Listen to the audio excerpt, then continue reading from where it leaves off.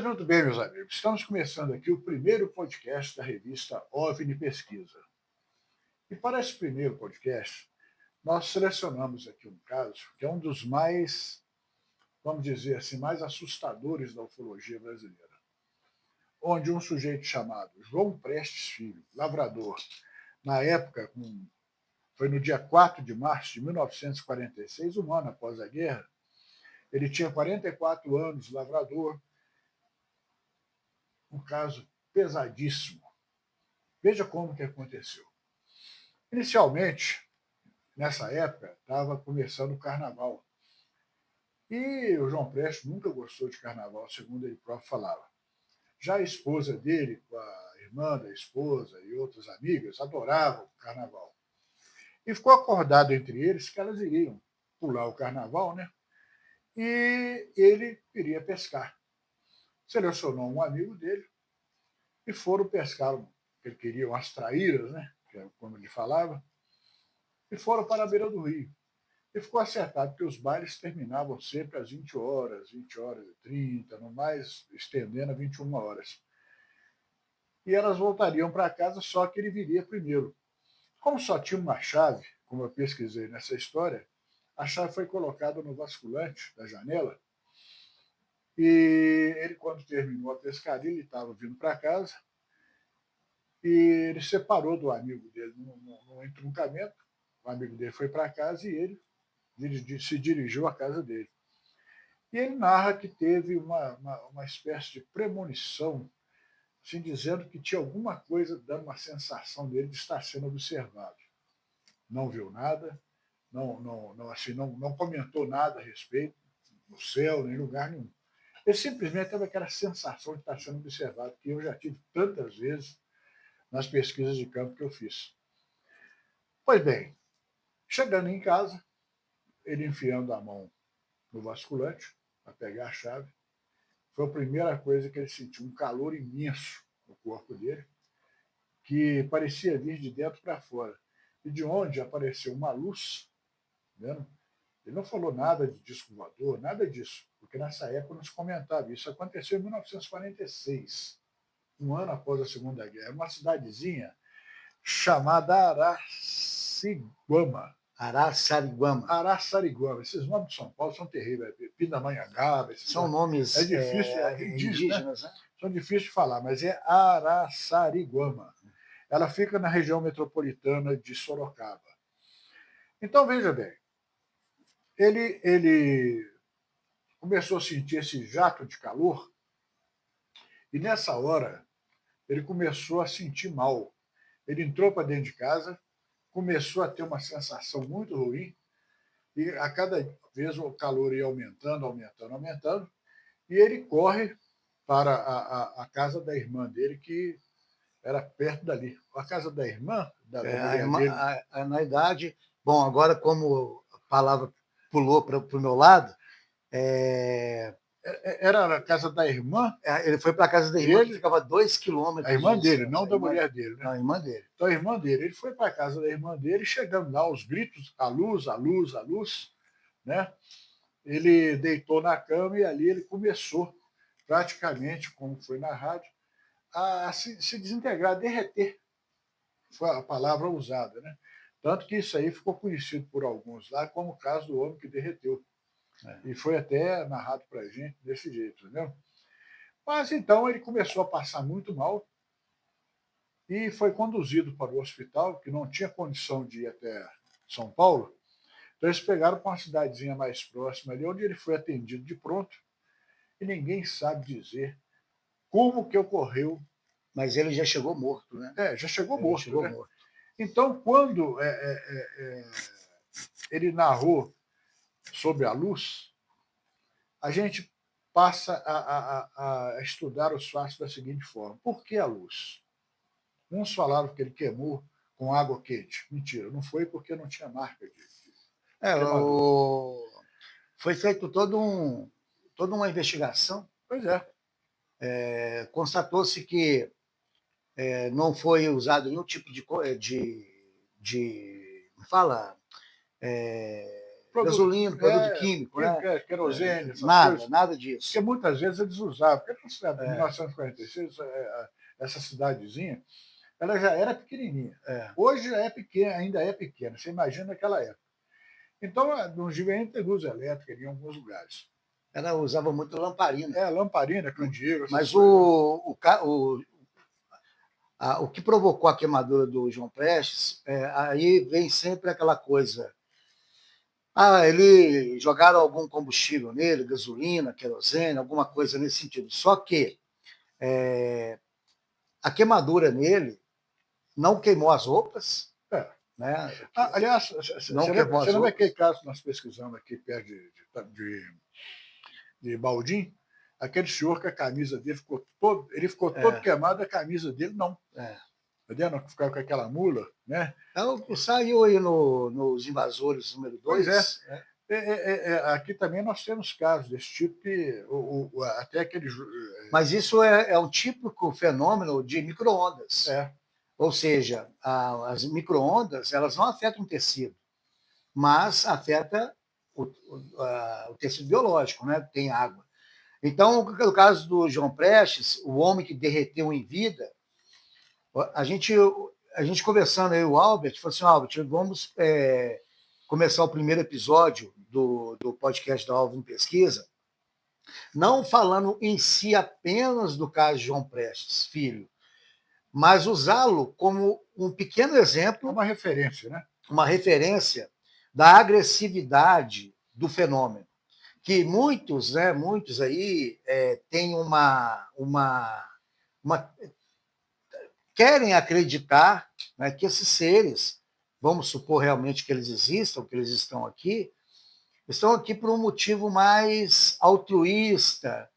Mas eu sempre falo o seguinte, quando a gente vai discutir sobre isso em ufologia, os dados não mentem. A estatística ela não mente. Então, os místicos, entre aspas, né, porque nós temos que fazer aqui também uma separação. Porque tem aqueles místicos que encaram o fenômeno de uma forma mais realista e tem aqueles místicos que realmente viajam na maionese. O que ocorre é o seguinte, a gente tem percebido, aliás, que nós escolhemos esse tema, não foi assim aleatório, não. Nós estamos, inclusive, pedindo, né? Porque assim como aconteceu nessa cidade de Araçariguama, também pode ter acontecido em algumas outras cidades aqui do interior de Minas. Albert, Então, se alguém conhecer algum caso dessa natureza, estranho da minha forma, não só com seres humanos, mas com um cachorro, com um gato. Você vê que o caso, já que você falou aí, essa agressividade que é relatada, ela tem vários níveis. E eu sempre falo isso nas minhas palestras, quando o pessoal me pergunta: mas, Paulo, como assim um fenômeno OVNI é agressivo? Eu acho que aí nós temos que separar o seguinte: tem aquela aproximação nociva, que ela é direta e indireta. A direta é quando o objeto ele realmente vai para atacar as pessoas, como foi no escopo da Operação Prato, como foi lá na Ilha do Caranguejo, lá no Maranhão, né, em 78, não, 76, né? Não, 77. 77. Foi Os casos começaram a ser notificados no final de 76, mas em 77 que foi o caso da Ilha dos Caranguejos, acho que o correto é Ilha do Caranguejo, não é Ilha dos Caranguejos, não. Lá em Maranhão, que eu fui até lá próximo. Depois o fenômeno ele foi subindo até entrar ali no Pará. Mas o que acontece? Tem o fenômeno OVNI, que é agressivo, aquela agressividade direta, foi o que os relatórios da Força Aérea Brasileira constataram na Operação Prato, que foram ali centenas de folhas de documentos, e tem aquela agressividade que é indireta, ou seja, vários casos aí da pessoa, às vezes, aproximar de um objeto e ela ser atingida pela radiação. Um caso famoso, agora, como eu não tinha colocado na pauta, talvez eu não vou lembrar o ano correto, da Vic Landrum, Betty Vic Landrum, lá no Texas. que elas estavam na estrada, se não me falha a memória, acho que foi em 84 o caso delas, e passou um objeto em formato de diamante por cima do carro, sendo perseguido por vários helicópteros da Força Aérea Norte-Americana. Uma delas saiu do carro para observar esse objeto em forma de diamante, e ela recebeu aquele jato quente, ou seja, aquela radiação, e ela teve perda de cabelo, ela teve queimaduras, depois ela desenvolveu câncer. Somente um menino que estava dentro do carro que não foi tão afetado, porém, ele ficou estéril, né? Ele ainda é vivo, né? Eu esqueci o nome dele. Eu vou tentar lembrar o nome do menino que estava dentro do carro, mas é porque eu não anotei aqui na Aí é pauta. muita coisa também, ainda mais nome de americano. Mas só para concluir, Álvaro, então, talvez as duas irmãs, ou seja, as duas amigas, né, estavam ali naquele momento, no momento errado, na hora errada. Então, o fenômeno ele age dessa forma. E tem os casos em que a agressividade ela é direta e dirigida.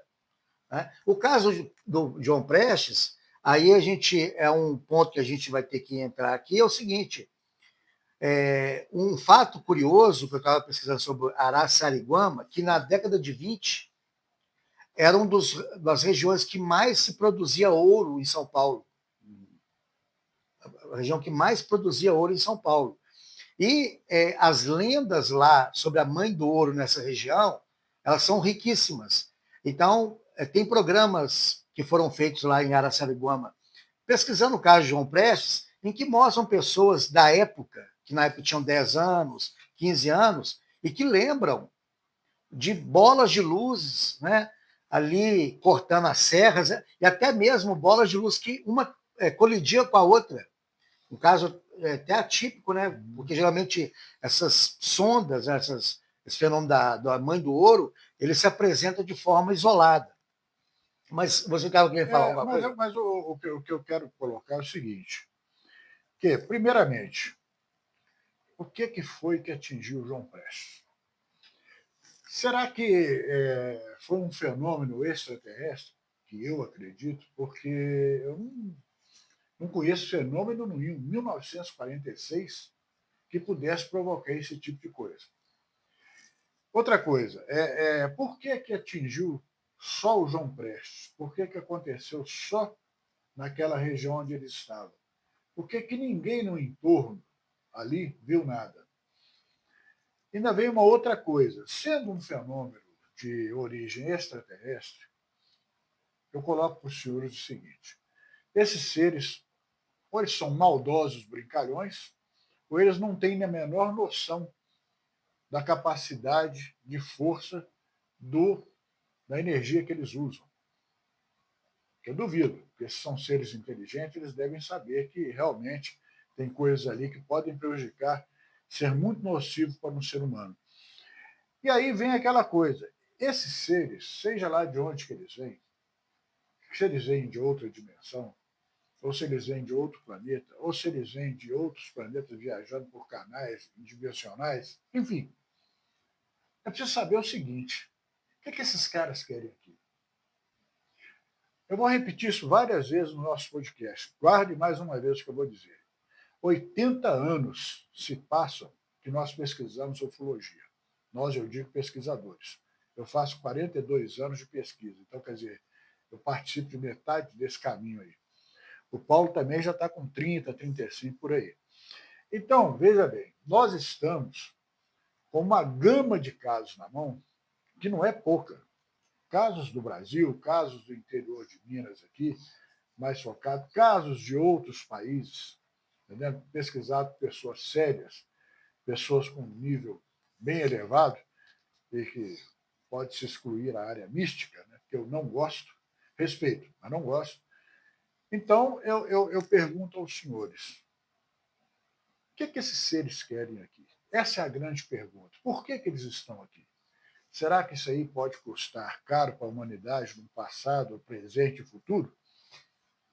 Essa pergunta tem que ser respondida, porque antigamente, Paulo, a gente tinha três perguntas. Primeiro, de onde que eles vêm?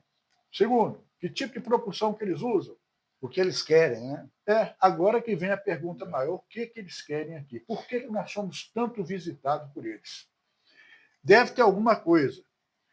E antes de entrar na parte que eu chamo de abraço de povo com aranha, que é essa confusão, eu preciso saber o seguinte: seres maldosos, seres que estão aqui para fazer só experiências, e olha para você ver que experiência danada deles, com essa tecnologia está até hoje, há 80 anos, fazendo as mesmas experiências. Sugando sangue, tirando pele, cortando unha, mexe de cabelo. Albert, como o Aloysio Carvalho, ele escreveu um artigo para a edição número 5 da Ordem de Pesquisa, e ele diz lá que talvez nós, para esses seres, somos cobaias e o nosso sofrimento para eles é indiferente.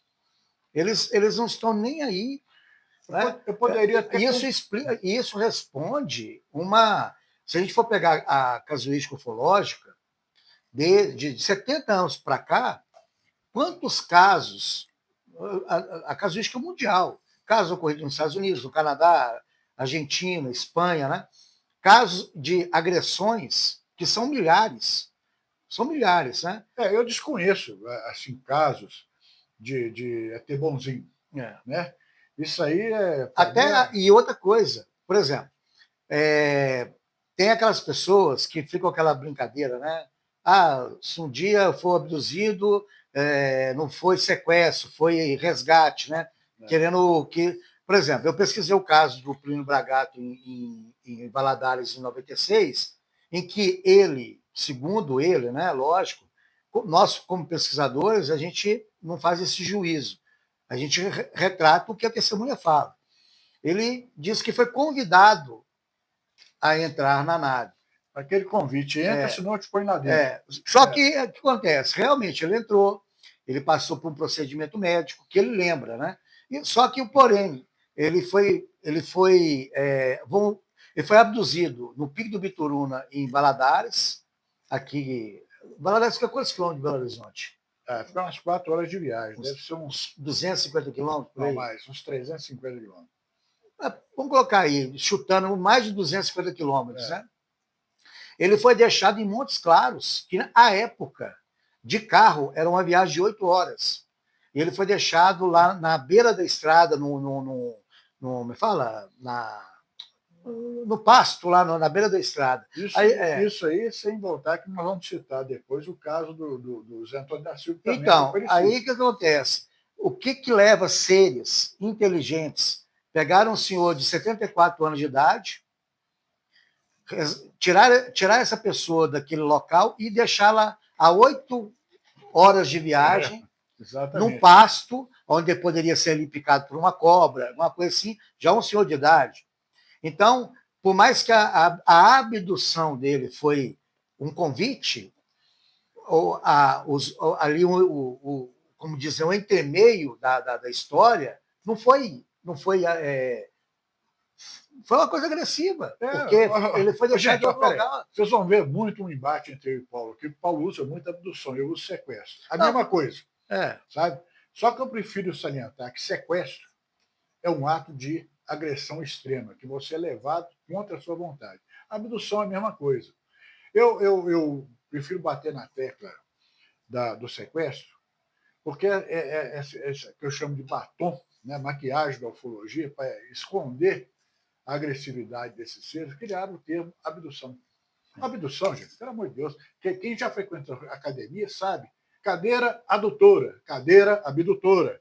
O que isso tem a ver? Agora agora que eles estão enfiando essa palavra no dicionário. Até pouco tempo atrás, a palavra abdução, na língua portuguesa, ela não significava sequestro. Agora sim, agora que ela está fazendo parte. Então, tudo bem. Bom, passando para frente. Mas isso é só um detalhe. Né? Bom, mas o que acontece? O que deriva essa agressividade, por exemplo, aquele caso do Oscilo, que você pesquisou lá em Tabuleiro, que estava voltando da roça 6 horas da tarde e pousou na frente dele uma nave luminosa em que ele escutava vozes e que ele falou que parecia vozes umas vozes muito estranhas, muito esquisitas, né?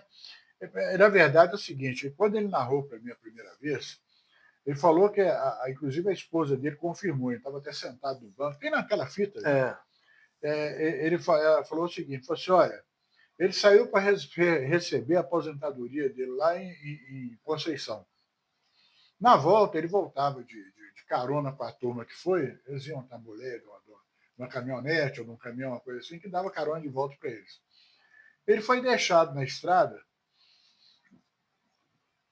onde ele tinha conhecimento já de andar, até chegar na casa dele. Agora, o que aconteceu com ele? Porque ele falou que ele viu um farol de luz acender na frente dele, que ele falou assim que tinha diversas cores de luz. Parecia essas bugigangas de brinco de mulher, que dá aquele monte de luminosidade, vermelho, azul, amarelo, aquele iluminado. Ele narrou dessa forma. E aí ele falou que ele ouvia uma espécie de voz, Joaquim Eloy narrou a mesma coisa, que era o compadre dele, lá na casa dele dessa vez. Né? Nós vamos entrar nesse caso depois também. E ele falou assim, aí eu não sei o que aconteceu, eu me desliguei, eu apaguei. Lembrando, Albert, que, só para situar, esse vídeo do Albert Tereção no Oscilo está no nosso canal. É uma raridade. Gravado em 1986. O Albert tinha até cabelo. Eu tinha cabelo nessa época. Mas o que é interessante é que nessa época, em Tabuleiro, não existia luz elétrica. Não. E era roça, mas roça, assim, pura. Então as pessoas não sabiam ler, não sabiam escrever, pessoas humildes. Mudou muito pouco. Lógico que agora tem, né? Chegou luz, tal, mas continua ainda meio isolado. E o curioso é que eles chamavam, eles não usavam o termo disco voador, eles usavam farol. Sabe, esse farol, tá todo mundo, na hora que vê aquele farol vindo, todo mundo se esconde, vai debaixo de um pau, vai debaixo de uma árvore, né? Então, esse disco voador, a linguagem nossa, nós que levamos para lá. Não, mas só para dar sequência aqui, para chegar onde a gente quer. Aí o Oscilo, ele simplesmente, depois que ele escutou essas vozes estranhas vindo desse objeto, desapareceu, ele perdeu a consciência. Ele foi, aí a família dele deu 7 horas, 8 horas. A mulher dele é uma senhora, vocês estão vendo o vídeo que está lá no canal, é uma senhora já bem velhinha também, e ela ficou preocupada, porque falou assim, o filho já passou da hora de voltar, e a gente não sabe onde é que ele está. Então, eu peguei e passei a mão num feixe de bagaço, que é aquele negócio de cana moído, né? Que é aqueles bagaços de cana, e saí para procurar ele. E no meio do caminho ali, eu encontrei com um pai meu montado a um cavalo, e ele perguntou, o que a senhora está fazendo aqui essa hora? Eu falei, eu estou procurando o Ciro, que ele até agora não chegou em casa. Aí ele pegou e falou assim, eu vou ajudar a senhora a procurar. Encontraram o coitado agachado em cima de uma pedra, sabe? Na beira de um córrego. E naquela época, era final da época de chuva, né? Então o córrego ainda estava cheio. E o curioso é que ele falou que ele tinha uma coisa aqui no olho, que eles colocaram nele aqui no meio da tela, na testa, que parecia um botão. E ele, assim, ele é meio trêmulo e tudo, que ele estava já sofrendo de parto, né? Ele pegou, passou a mão assim, o negócio caiu dentro do córrego. Eu fiquei dias ali procurando aquele troço, não consegui. Entendeu? Deve ter descido lá, caído no meio do rio. Certo é que eles recolheram o Ciro, levaram ele para casa, e ele foi honesto, inclusive, vocês viram o depoimento dele na frente, na época tinha 71 anos, senhorzinho pequenininho, sabe, humilde. Ele falou assim, olha, eu vou falar o que eu sei, que eu enchi o gravador de coisa que eu não pode ter acontecido, mas eu não sei, né? Assista esse vídeo que vocês vão ver. A esposa dele disse que quando eles resgataram o Oscilo, ele ficou abobado durante alguns dias. E só para pular, né, a gente encurtar aqui o caminho, aonde a gente quer chegar? O Oscilo foi uma das várias pessoas que passaram por contatos de 5º e 4º grau na região de Tabuleiro. E o que aconteceu com ele, Albert? Ele morreu de leucemia. É uma das coisas muito coincidentes. O mesmo que afetou, né, o capataz da fazenda, o Inácio de Souza. Pois mas aí é o seguinte... Lá de Crixás, de Goiás. Antes de entrar no caso de Crixás, nós temos que recuar e voltar ao início, que vocês já perceberam que a gente começa a falar de um, pula para o outro, que emenda para o outro, é igual um elo de corrente. Então, voltando ao caso do Prestes, A cidade inteira tomou conhecimento desse fato. Os médicos também ficaram sem saber o que falar, o que explicar. Isso aí naquela época. O mais curioso é que em 1998 fizeram outro laudo do caso Prestes Filho, né? João Prestes João Prestes Filho. E o outro laudo já falava uma coisa mais amena, sabe? Aí vem mais uma vez aquela coisa que um dia eu quero tocar nisso com mais profundidade, talvez um outro podcast, sabe? É sobre os tóxicos da ufologia, que aí entra o primeiro tóxico, são os militares. E eles não estão presentes só nesse caso ali, não. Eles estão presentes seguidamente dentro da ufologia, até chegar em 1977 na Ilha dos Colares, onde eles atuaram ali, entendeu? E pegou também agora aqui, recentemente, o caso que o Paulo pesquisou, esse caso aqui de Cláudio, onde os militares, que tem que ser apurado isso ainda, né? Entraram na casa aquele jeito era o quê? Cabo, sargento? É o cabo Zé Hamilton Ribeiro. Cabo Zé Hamilton Ribeiro. Pegaram Hamilton José Rabelo. Hamilton José Rabelo. Acho que é isso. Ele pegaram a máquina fotográfica dele, digital, e apagaram as fotos que ele tinha feito da nave. Só que, um ato assim vamos dizer, de lucidez dele, ele passou as fotos para o computador dele. E do computador eles não apagaram. E as fotos ficaram. O caso também é interessantíssimo. Em breve nós vamos entrar nele, sabe? E eu estou pensando, Paulo, vamos fazer uma propaganda aqui. O Paulo já caiu da cadeira aqui. Vamos fazer uma propaganda aqui. Seguinte, eu não sei se vocês estão sabendo que agora, que dia do Congresso é? Dia 14, 15 e 16 de novembro, aqui em Betim, no shopping Monte Carmo, nós vamos fazer o terceiro Congresso de Ufologia. Então, eu quero que vocês de todo o Brasil e todo o interior de Minas que estão assistindo, que venham para cá, que vocês vão realmente se deliciar com as coisas que nós vamos mostrar. E aqui não tem fake, aqui não tem mentira, aqui não tem invencionice. Inclusive, vamos levar contatados para relatar em loco o caso que aconteceu com eles. Inclusive, um deles é este passatempo. Aliás, o Neijinho, o Faleiro, vai estar presente. Zé Maurício. O Zé Maurício. Zé Maurício é aquele caso do sujeito que recebeu um jato de luz. Né? Nós vamos também falar sobre ele. Mas, terminando o caso do João Prestes, terminando também aqui a nossa exposição, venham conhecer. Sexta-feira vai ser aberto ao público, de graça. Sábado e domingo vai ter uma pequena taxa, eu não sei de quanto que é, mas... É só entrar no site da OVNI Pesquisa, lá tem o Simpla, você pode dividir o valor. E eu vou te contar com ele, não é coisa absurda, igual esses congressos doidos que acontecem por aí, não. Tá?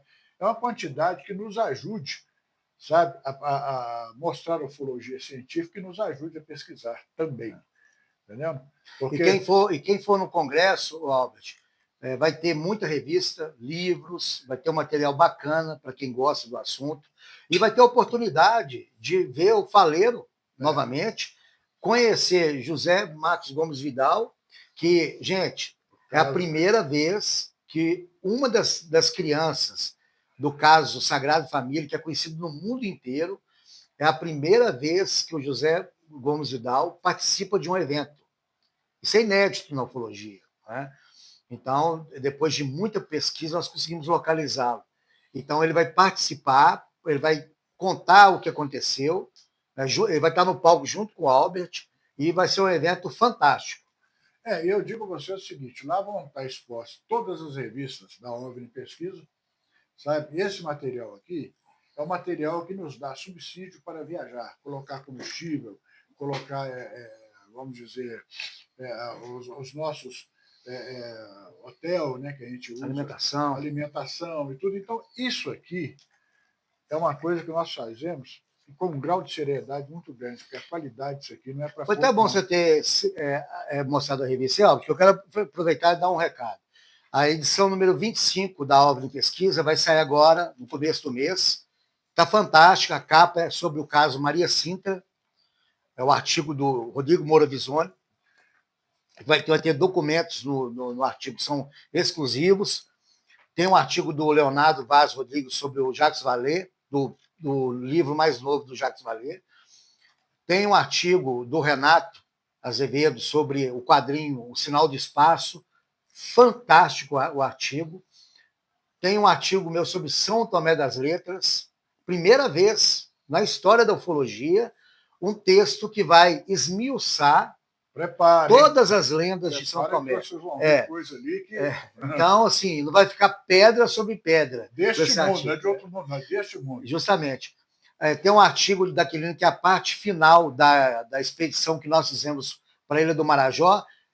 Aqui está a edição 24, né? Está aqui, ó. Nós temos ainda em estoque. Quem quiser ainda adquirir, consegue. Revista impressa, colorida, papel de excelente qualidade. Impressionante. Então, assim, é uma diagramação fenomenal. É uma revista muito bonita e não adianta ser bonita, né, gente? Tem que ter informação de qualidade. E outra coisa, um recado que eu quero dar para vocês aqui. A revista OVNI Pesquisa hoje, ela tem um grupo, que é o grupo que chama Grupo de Apoio à Impressão.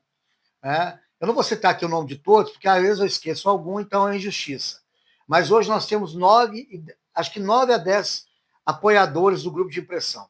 Ou seja, são aquelas pessoas que todo mês elas pagam uma quantia X e que nos possibilita, depois de 3 meses, ter o dinheiro para poder imprimir a revista na gráfica. Né? E também tem os associados que pagam a mensalidade, que custeia as nossas viagens, os equipamentos que vocês estão vendo aqui, compra de... Nós temos detectores de metal, câmeras infravermelho, câmeras com visão noturna, ou seja, nós conseguimos praticamente todos os equipamentos com as mensalidades dos associados. Então, se você está vendo aí o podcast pela primeira vez, está conhecendo o nosso trabalho, e quiser ser um apoiador, né? Quem quiser ser como é que fala? Eu ia mostrar aqui, acabou que associado. Um apoiador. Aqui nós temos o grupo Revenda Seguros, do nosso amigo Luiz Gustavo. Que eu chamo sempre de Luiz Gustavo. Você chamaria Luiz Augusto. Luiz Augusto. Mas que é uma das empresas que apoiam a revista OVNI Pesquisa. Né? Então, seja um associado, o pagamento da mensalidade vai dar continuidade ao nosso trabalho. Eu e o Albert, nós já temos expedições já marcadas. Né? Então, fica aí o convite. Quem quiser... Antes de voltar ao caso Prestes, para fechar e entrar no caso do Crixás, né? É Crixás, né?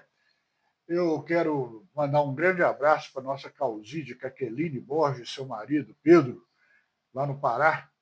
E já adverti, Caqueline, o seguinte: a senhora trata de preparar coisa para me defender, porque essa aqui não leva melhor, essa aqui eu vou levar para mim. Ele me deve isso aqui desde quando essa revista foi lançada. A revista número 4 da revista OVNI Pesquisa, que é um espetáculo.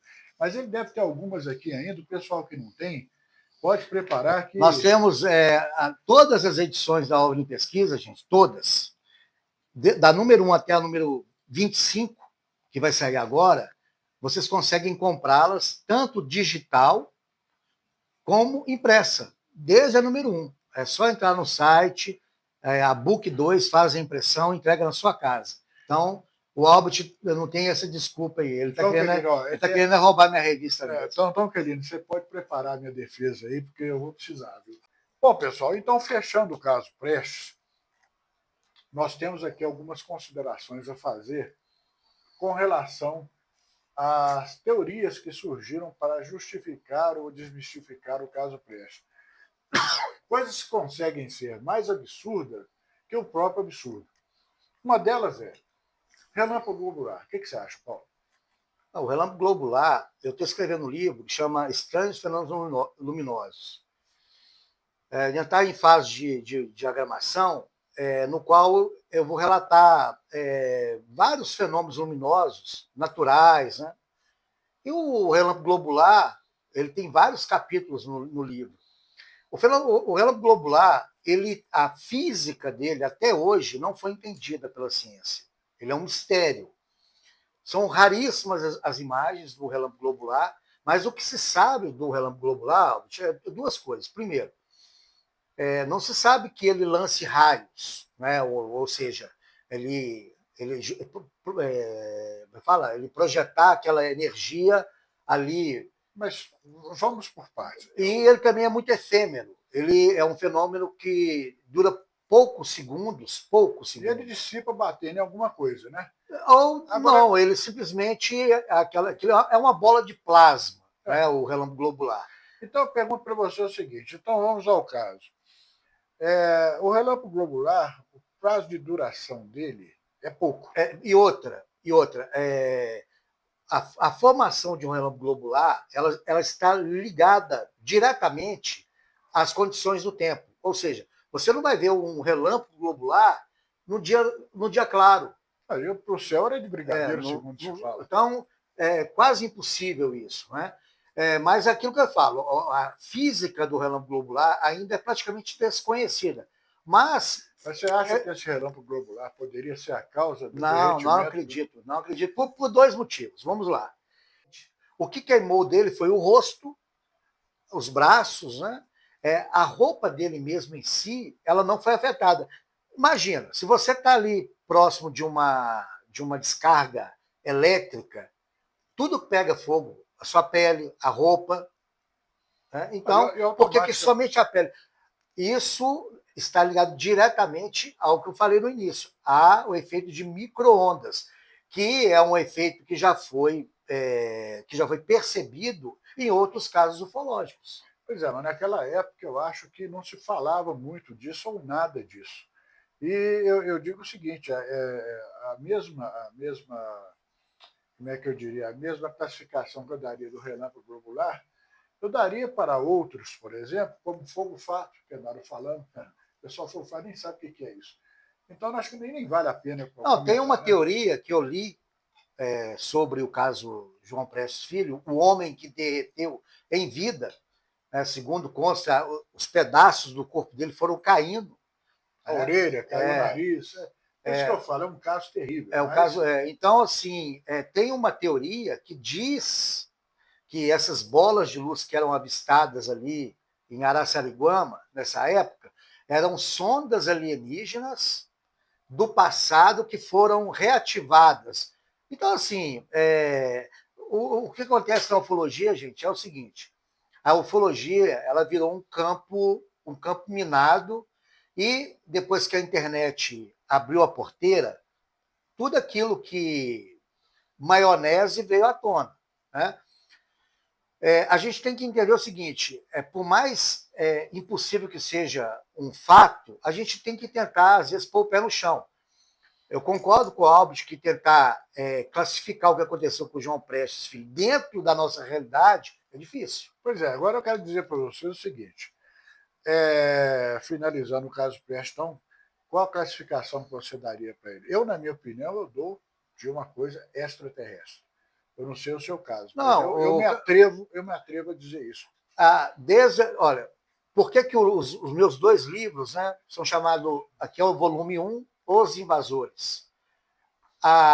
O conteúdo dos dois livros, ele praticamente gira em torno daquilo que o Albert falou, da agressividade desses seres. Né? Porque praticamente, por exemplo, o Uwe Brandt Aleixo, para quem não sabe, essa turma nova que está agora acompanhando ufologia na internet, o Uwe Brandt Aleixo, gente, foi o maior pesquisador de ufologia do mundo.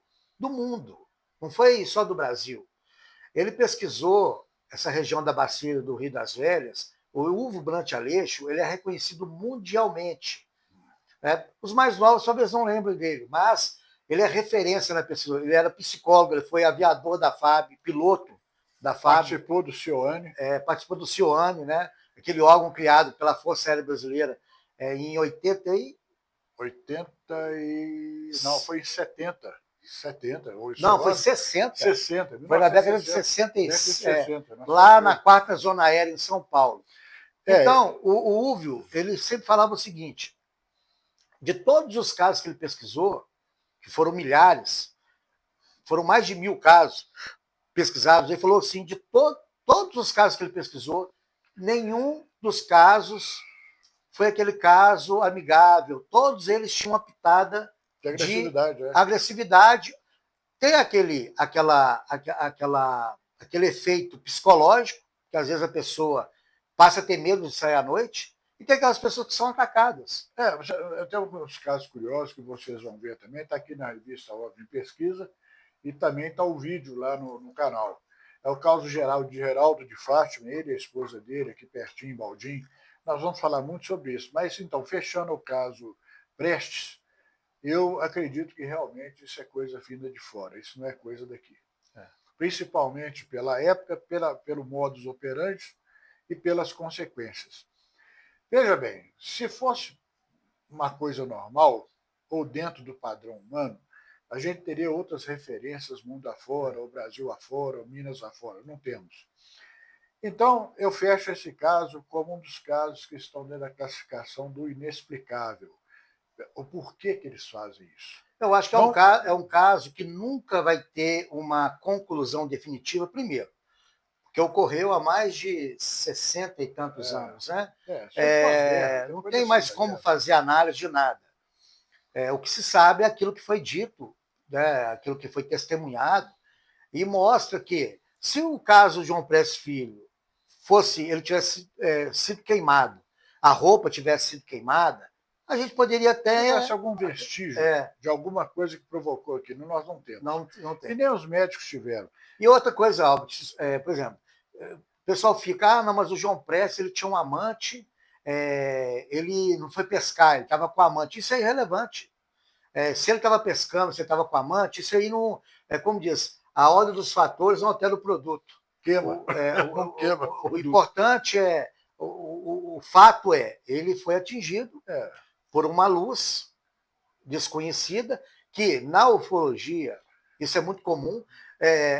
Eu fiz até um programa na Rádio Cast, lá, o Raio Verde da Morte, que a maioria dos raios que esses objetos lançam e que provocam sequelas físicas, eles são verdes. O caso Crixá, o raio verde. Caso Thiago Machado, raio verde. Caso da Silva Mara, o raio verde. E tantos outros casos que a gente pesquisou lá no Pará, né, Albert, que os raios são verdes.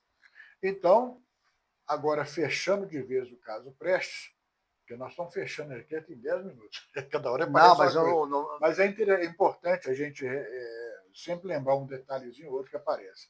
Fechando o caso Prestes, então, fica em aberto. E vocês que estão aí no interior de Minas, vocês que estão no interior do Brasil, sabe, nas capitais, que por acaso tenham conhecimento de algum caso parecido ou igual, ou até pior, manda para a gente.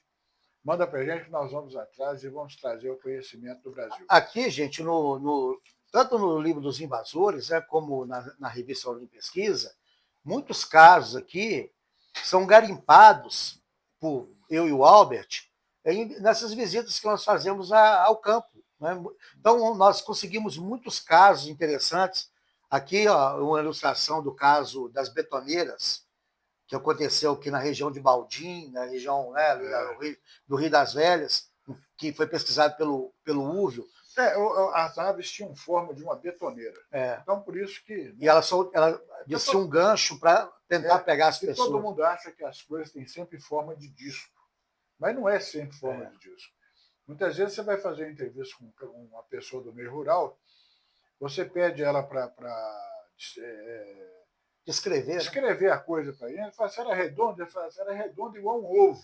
Um detalhe, igual um queijo. Já que você está falando aí de formatos, uma das coisas que o Úvio Brant Aleixo desenvolveu, ele era psicólogo.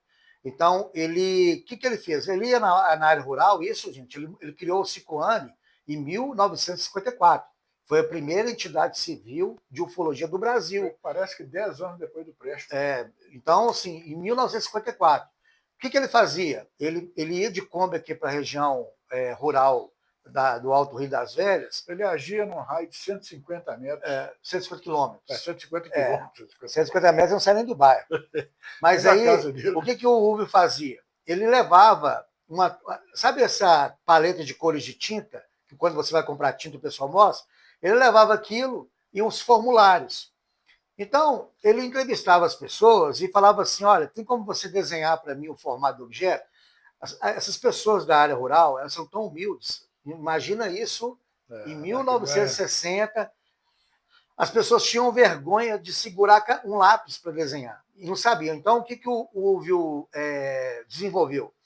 A gente sabe muito bem que essas pessoas da área rural elas têm muita habilidade manual, muita habilidade. Ele comprou massinhas, essas massinhas de escola, de modelar.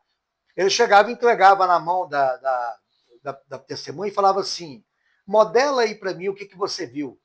E aí a pessoa modelava o formato do objeto, ele ia lá, fotografava, né? Tanto é que no livro aqui dos invasores, eu presto uma homenagem ao Ulvio, eu cito isso, né?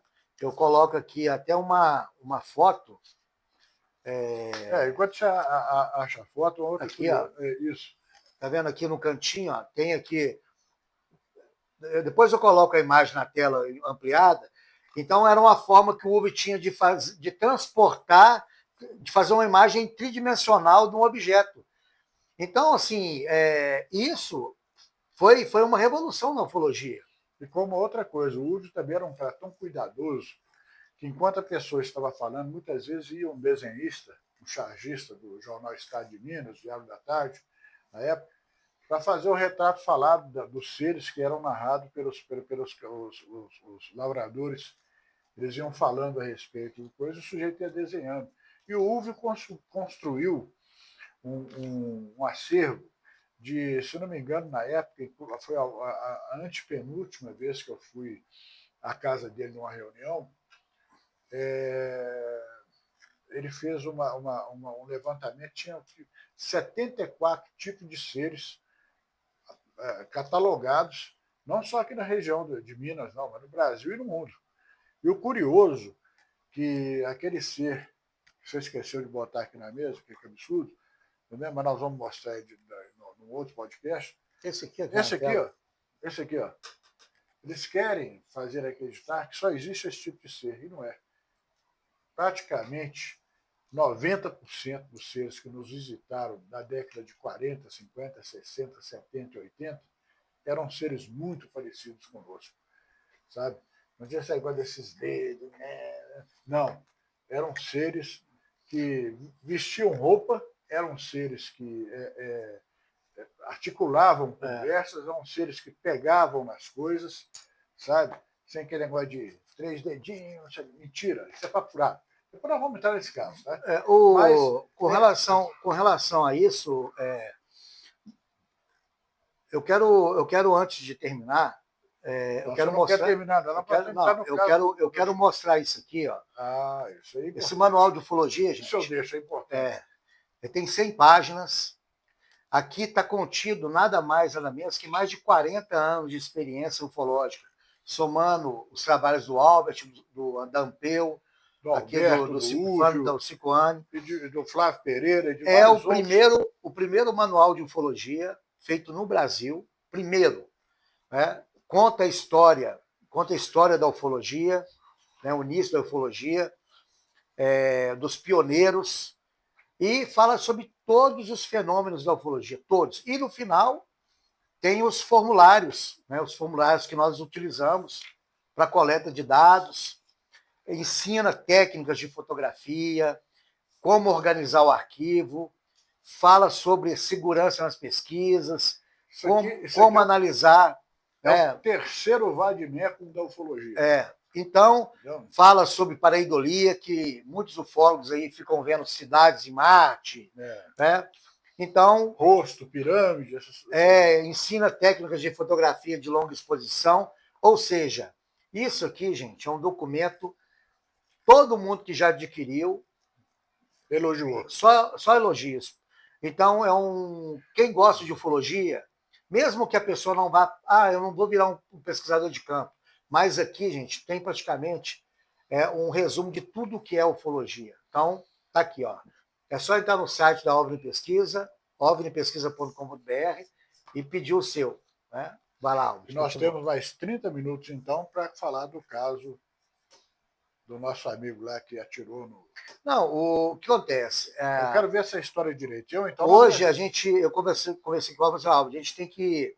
Porque é o seguinte, a ufologia hoje, na internet, virou uma coisa assim... Terra de ninguém. Virou uma coisa assim, tudo agora são espíritos, demônios, virou um carnaval a ufologia.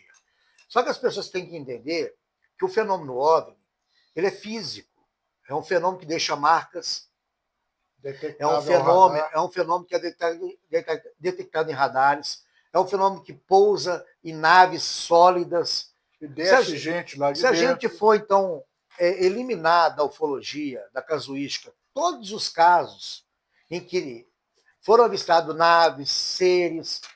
Por exemplo, o caso Maria Cinta, que é a capa da próxima edição, foi uma nave que pousou, desceu uma pessoa, né? Então, quer dizer, se a gente for pegar na ufologia, casos de quarto grau, ou seja, em que a testemunha teve uma interação com seres desconhecidos, são milhares de casos. Então, a gente não pode resumir a ufologia, o fenômeno ufológico, porque isso é uma coisa espiritual, porque isso são manifestações demoníacas. Não, gente. Isso aí não tem nada a ver com o fenômeno OVNI. O fenômeno OVNI real, ele é pesquisado pelas Forças Armadas. Forças Armadas não iriam criar comitês de pesquisa, uma operação prática para pesquisar demônios. Aproveitar, vou responder uma pergunta de um camarada que me fez aqui, sobre a noite oficial dos discos voadores, que é aquilo que aconteceu em 87, né? 86 para 87, e ele me fala que aquilo ali poderia ser qualquer coisa. Meu amigo, vou dizer para você o seguinte, se você não sabe, pesquise. Quanto que custa tirar um caça F-5E do chão ou um Mirage? Você vai ver que não é barato. Então, naquela noite, vários caças levantados da base de Anápolis, da base de Santa Cruz, no Rio, e lá de São Paulo também, foi Eu acho que foram só de Anápolis e de foi Santa só de Cruz. Anápolis e Santa Cruz. Então, não, olha, Santa Cruz é no Rio. Não, Santa Cruz no Rio e Anápolis em Goiás. Então, você vê, gasta-se muito dinheiro para fazer aquilo. E eles não fariam isso se não tivesse uma base sólida para ir atrás. E, além do mais, é o seguinte, o coronel Osíris Silva esteve de frente para o fenômeno e ele mesmo falou, em primeira mão, que aquilo ali não era um fenômeno conhecido. Depois ele veio tentar desmentir, mas aí não cabia mais. Então está respondida a pergunta. Também nós recebemos muitas perguntas para ser feitas aqui, que nós vamos responder no próximo podcast. Mas, por exemplo, se você buscar na literatura ufológica, quantos casos de registros de radares nós temos de fenômenos aéreos não identificados? Então, gente, resumir a ufologia a essa fantasia de demônios, de espíritos, isso não tem nada a ver. Só falta dizer que os radares da Força Aérea agora estão detectando capeta. Então, realmente, aí já sai da área do, sabe? Porque eu vejo, sabe o que eu vejo, Albert? É o seguinte, existe quem faz pesquisa de campo, vai a campo, entrevista as pessoas, né? E tem aquelas pessoas que surgiram já surgiram na época da internet, que vivem em podcasts. Então, assim, a pessoa que vive em podcast toda semana, ela não tem tempo de pesquisar, né? E mesmo quando faz pesquisa, é uma pesquisa tendenciosa.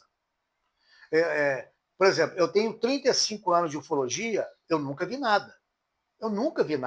Já fui para vários locais. O Albert, lógico, ele entrou na ufologia porque ele teve uma experiência. Tive duas experiências que eu não vou contar. Na próxima ele conta. Não, nem na próxima. Eu quero gravar um vídeo e deixar lá no canal da OVNI Pesquisa para vocês entenderem por que eu entendo ufologia. Mas aí, só para concluir aqui. Então, gente, desconfiem quando um ufólogo ele é protagonista de tudo aquilo que ele narra. Por exemplo, eu, Albert, quando a gente senta para participar de um podcast, de uma entrevista, nós relatamos casos ocorridos com aquelas pessoas que nós entrevistamos. Agora, tem pesquisadores aí, ufólogos aqui, que vão em podcasts, tudo que ele narra casos que aconteceu com ele. Porque eu cheguei no lugar. Tem um ufólogo aí que aonde ele vai, ele tira foto de esquador, ele vê demônio, ele vê gigantes, ele vê isso. Tem que ver anjo, tem que falar que foi abduzido. Então, a pessoa sabendo que a pessoa vai. Não é nem maionese, é uma areia movediça. Da ufologia, vai se afundando nas mentiras e nos sofismas dele lá.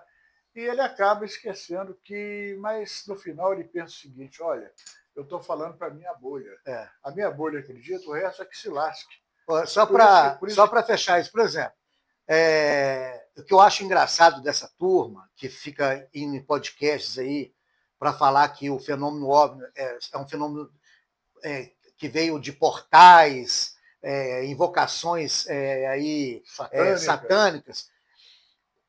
Eu vou só deixar uma reflexão para vocês aqui. Eu e o Albert, eu já participei de vários programas de televisão, TV aberta, Rede Globo, SBT, Record. Eu e o Albert, nós tivemos o programa durante um ano na TV Rádio 98, que era uma TV aberta. Nós tivemos um programa de um ano. Foi a primeira vez na história da ufologia nacional que um grupo de ufologia teve acesso a uma TV aberta durante um ano. E foram 100 programas. Foram 100 programas. Aí eu te pergunto, esses ufólogos aí que ficam falando que ET são demônios, que o outro lá que fala que foi abduzido, que viu anjo, não sei aonde, vocês já viram essas pessoas em TV aberta falando isso? Na Rede Globo, no SBT? Vocês vão ver essas pessoas falando para quem? Para sua bolha, em podcasts sensacionalistas. Né? Então, voltando agora ao tema do Prestes, e eu quero só emendar aqui Posso dizer uma coisa? Esse caso Crixás, né? Vamos deixar aí para o próximo podcast, que nós já estamos faltando 20 minutos para terminar. Então, vamos voltar ao caso Prestes e esmiuçar mais, e no próximo podcast nós vamos entrar com porque no caso Crixás, eu não vou entrar em detalhes dele. Não entra em caso de detalhe, não, mas é um caso tão curioso quanto esse aqui. Só que, o que o cara fez com os ETs, Paulo? Ele deu um tiro na cabeça de um alienígena. Então, espere que vocês vão ver a história. Né? A história é uma história fantástica.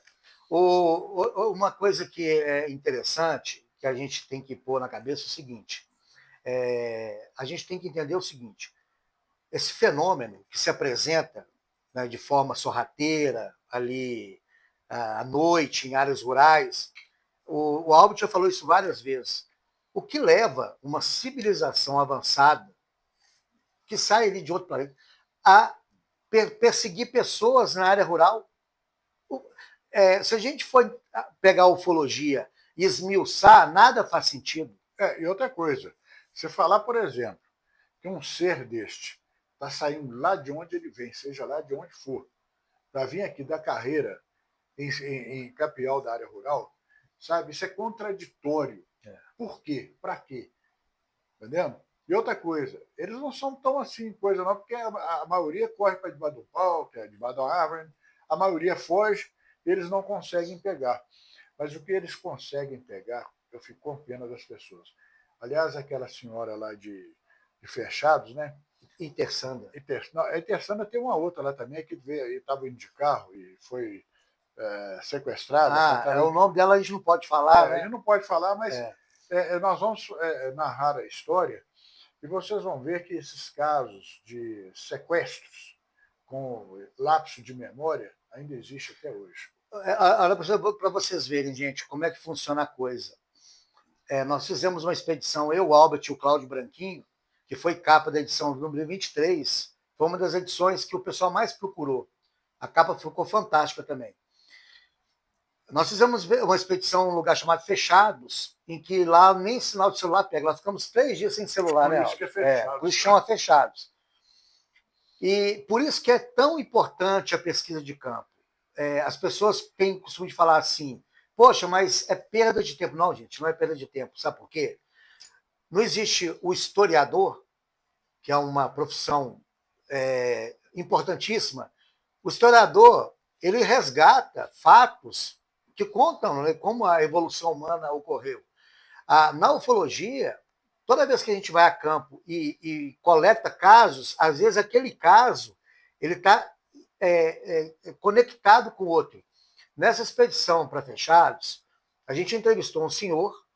Esse senhor nos contou um detalhe, né, Albert? Até chegar no caso de uma suposta abdução que foi simplesmente fantástica. Por quê?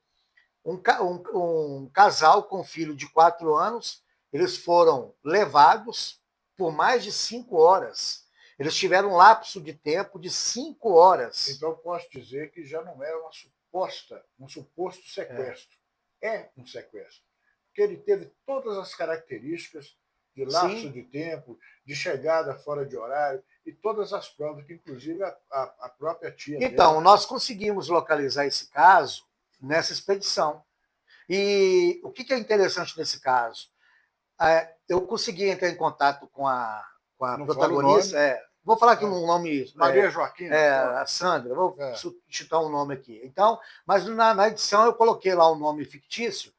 Ela me mandou um áudio, ela me autorizou a publicar o áudio, contando toda a história, toda a história. Eu e o Albert e o Cláudio, nós iríamos até Sete Lagoas para entrevistá-la pessoalmente, só que de repente ela desapareceu. Ela não quis mais atender minhas ligações. Aconteceu, quando eu liguei, conversei com ela a primeira vez, e eu perguntei para ela alguns detalhes, ela falou que depois desse fato, ela passou a se tornar uma pessoa antissocial. Ela saía muito e tal, e ela passou a ter insônia, ela não conseguia dormir direito. Né? E aí ela falou que ela sente dores no pescoço. E eu falei com ela, olha, você chegou a fazer alguma radiografia para ver se tem alguma coisa no seu pescoço? Ela falou que ia fazer. Então, assim, gente, é muito importante essas expedições que nós fazemos, porque numas delas a gente encontrou a Silva Mara, que é uma das testemunhas mais importantes da Operação Prato. Agora, o curioso é o seguinte, isso é que me deixa assim, injuriado, é que pesquisadores, entre aspas, eles nunca foram pesquisadores, né? Tentaram minar o caminho, botar minas no caminho para a gente não encontrar Silva Mara. Mas eles não conhecem a obra de pesquisa, eles não conhecem aquele, não conhecem o Paulo e não me conhecem. Então, nós fomos lá, encontramos a Silva Mara, está filmado, está documentado, entra no canal da obra de pesquisa, vocês vão ver o depoimento da Silva. E o caso dela, Paulo, terminou... Não, na realidade no canal da Obra Pesquisa, a Silva Mara, na verdade, ela não deu uma entrevista. Nós queríamos localizá-la, para conhecê-la pessoalmente. Nós conversamos com ela, tem isso gravado, mas a gente decidiu não exibir isso. Né? Mas o importante é que nós localizamos, saiu na edição número 18. Né, o que aconteceu com ela, Paulo? Ela abortou? Ela estava deitada na rede, isso em 77, e uma nave pousou do lado de fora da casa, soltou um raio verde que pegou no pulso esquerdo dela, e ela desmaiou. O marido dela, o Benedito, veio em socorro, também recebeu um raio e também veio a desmaiar. E uma cachorrinha da vizinha lá, chamada Vitória, começou a latir para os seres que desceram da nave com uma espécie de arma. Eles deram um raio nessa cadelinha, ela veio falecer uma semana depois. Fato é que eles tiveram que levar a Silva Mara e o Benedito desmaiados para o posto de saúde, na época, né, dentro de uma canoa. E o interessante é que o objeto foi perseguindo essa canoa no rio, até essa nave entrar dentro da água. A Silva Mara estava grávida de 4 meses, ela perdeu a criança, e ela passou a ter problemas mentais. E o Benedito, depois de tudo isso, separou da Silva Mara, foi morar em Manaus, né? E a Silva Mara, depois disso, ficou reclusa. Ela ficou 46 anos sem conversar com ninguém. A primeira equipe a encontrar a Silva Mara depois de 46 anos foi a nossa. E para vocês verem o cuidado que a gente tem com relação à pessoa, que nós não vamos expor a Silva Mara, porque tem pessoas que poderiam usar deste caso para fazer sensacionalismo. Não, inclusive, Aldo, só para complementar, quando nós localizamos a Silva Mara, ela estava vivendo em situações subhumanas. Vocês vão ver a casinha que ela morava lá. Então, a Keline, que é advogada, ela entrou com pedido no Ministério Público lá do Pará, pedindo todos os direitos que a Silva Amara tem, né, de aposentadoria, direito a aqueles benefícios, né? E depois de quase 2 anos, nós recebemos uma resposta do Ministério Público do Pará. Tudo aquilo que nós pedimos à Silva Amara foi atendido. Então, ou seja, a revista Aula de Pesquisa, além de fazer um trabalho de pesquisa, nós também olhamos pelo lado social. Tá vendo? Nós nunca expomos as testemunhas, a gente não faz sensacionalismo. Não, e o bom jornalismo, que é o qual nós praticamos, ele segue aquela máxima. Nós temos as nossas fontes. Todas as vezes que vocês virem uma reportagem nossa exposta, é porque as pessoas autorizaram a gente divulgar. Porque se a pessoa falar assim, eu vou contar o caso, mas eu não quero a divulgação, a gente mantém em sigilo.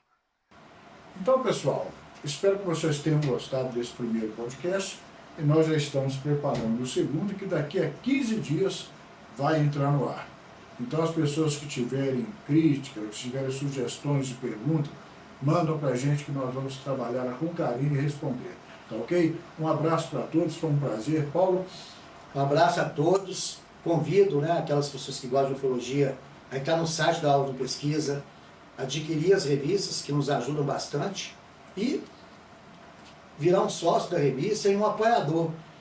Coloca a logomarca da sua empresa aqui na nossa tela para nos ajudar, né, a financiar as operações.